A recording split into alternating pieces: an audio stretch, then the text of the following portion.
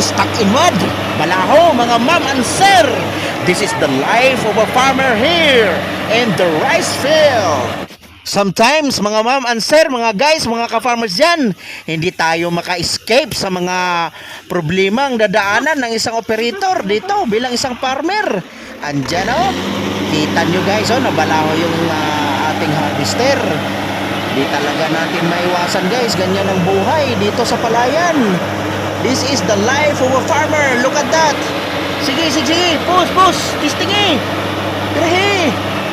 Basin kaya pa, sige. This is the life of a farmer guys, life of an operator. Ito talaga may experience natin dito sa palayan. Minsan mahirap, sige, full. Ay, grabe naman guys. Iba talaga oh. Kailangan talaga maranasan ng mga bawat operator dyan. Lahat yan mga ka-farmers, mga ma'am and sir. Malapit na. Problema talaga sa mga operator guys, na-experience sa lahat dyan. Siguro nakarelate kayo nito. Stuck in mud, Kubota combine harvester, and this is Yanmar YH50 high speed combine harvester. Shout out to all farmers Luzon, Visayas and Mindanao and all over the world.